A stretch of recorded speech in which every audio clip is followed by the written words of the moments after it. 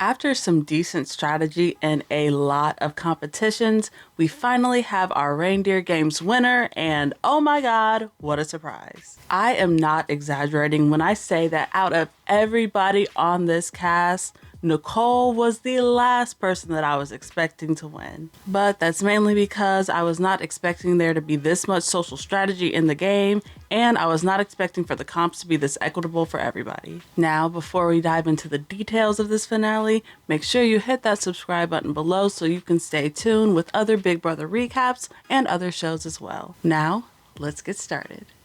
The concept for this whole finale is pretty simple. It's going to be done bracket style with two people competing head to head until there are only two players left remaining. And the winner of this last naughty or nice game will be the person who decides everybody's partner, which is probably the biggest advantage in the show so far, especially since we're so close to the end. The challenge is about the decorations in the house, which has traditionally been used as more of a quiz comp with multiple questions. But in this game, there's really only one question that they need to answer, which I just thought was a little bit underwhelming, seeing as the stakes are so high and this advantage is so huge. Like, I kind of just wish that it was a little bit more complex than what we got, but whatever.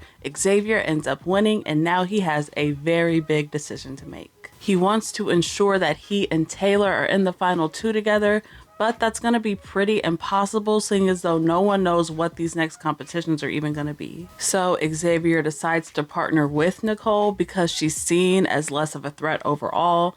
But again, the challenges have been pretty equitable across the board throughout this whole Reindeer Games thing. So really, I think anybody could win. But even with that being said, Frankie is still probably the best competitor left in the house, so I could totally understand Xavier not wanting to go against him at all. The two go to face off, and as it turns out, this challenge is going to be the gear puzzle challenge, which is completely mental with no physical components in it at all. So things are looking pretty even, but Nicole has a huge disadvantage and has to start 30 seconds behind Xavier. So normally things would be looking really good for Xavier. However, his strategy for this puzzle is so bad. Like, it is absolutely abysmal. It looks like he's just placing pieces in random spots in the middle and just hoping that he'll be able to connect them at the end somehow. On the other hand, Nicole's strategy is very simple and effective. She starts at one end of the board and she works her way through to the other. And in a moment that completely shook me, Nicole is able to pull out the win and beat Xavier despite having that huge disadvantage. Wow. Just like that, Nicole has found a way to secure herself a spot in the finals yet again. I gotta give it to Nicole here. All of her controversies aside, that girl knows how to make it to the end damn near every single time. I also want to give a shout out to Xavier here because he had to play this game from the bottom and was a target pretty much since day one, but he still made it this far. Xavier is a little bit boring, sure, but he is a damn good competitor. Next up is Taylor and Frankie, who now have to battle against each other in a slingshot competition. Now, these slingshot type comps are usually pretty physical because they require a decent amount of upper body strength and a lot of good aim. They both seem to be in good shape and they were neck and neck for a while, but in another shocking upset, Taylor is able to pull out the win and send Frankie home. What? Again, I was completely shook here. Just because Frankie had been so solid in these competitions the whole time, I really thought he was getting the winners added. But instead, we are going to have a all-women final two, which I don't think we've seen since BP13. I'm obviously excited about it, and even though the edit had kind of been hinting at it the whole time, it's still kind of surprising to me because, as we know, women haven't really been able to succeed together this well on this show in particular. Now, Nicole and Taylor will head off to the final showdown, which is really going to be played in 3 separate parts. Part 1 is pretty physical as the players must climb to the top of this really wobbly structure. A challenge like this looks like it would favor people with longer limbs in general, so Taylor is able to finish first and pull ahead pretty quickly. Part 2 is a purely mental puzzle with no physical elements at all. There was some good strategy used by Taylor here, allowing her to finish this puzzle pretty quickly as well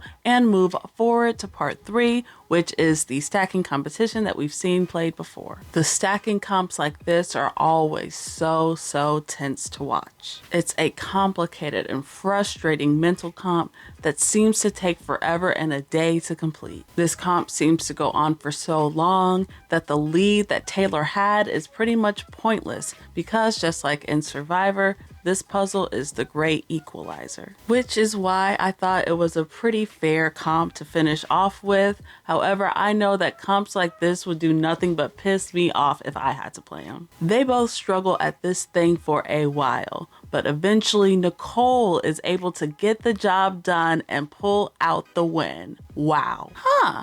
You know, I was not expecting Franzel to win this thing at all. Were you? But I think people underestimating her is what makes her able to get to the end of these things almost every single time. Hell, she spent most of her time this season underestimating her own damn self. Franzel is officially our Reindeer Games winner, and I can't believe I'm saying that. Congrats to her though, in all seriousness. Even though she's not my fave, I gotta give the girl her flowers because she is damn good at playing Big Brother. Overall, I thought the spinoff was pretty decent. It was definitely a lot better than I was expecting, but I would still give it a solid 6 out of 10. Listen, if this was a standalone show, it would maybe rank higher for me. But the fact that this is a Big Brother franchise with no live feeds whatsoever really takes away a lot of the magic for me. I've said it before and I'll say it again. The live feeds are the show. They always have been. It is the thing that separates this show from all of the other competition vote out style shows out there. If we're gonna keep doing these spin-offs, I would much rather see a shorter season with feeds still included. Kind of like those month-long winter seasons we used to get. Like, imagine if this Reindeer Games season had more social strategy, a few less competitions, and actual live feeds. It would be damn near perfect. Would I watch another season of this next year? Sure. But would I also be okay if they never produce this ever again? Sure. I'm just personally not a big holiday person. Plus, again, the lack of live feeds really takes away a lot from the show. But still, I thought this show was very enjoyable, and I really loved and appreciated how equitable these competitions were for everybody, especially if we're comparing them to last season, BB25. And even though Nicole wasn't my favorite player, I'm actually happy to be blindsided by the winner for once. Because Nicole was seriously the last person I would have picked to win this thing. So of course I want to know, how do you all feel about this new spinoff? And how do you feel having Nicole as our winner? Let me know in the comments below. It has just been so refreshing recapping this show with you all. Once again, make sure you hit that subscribe button below if you have not already, just so you can stay tuned with other reality show recaps. It has been a blast, y'all. Happy holidays and happy new year. I will see you all around next year, but until then, bye.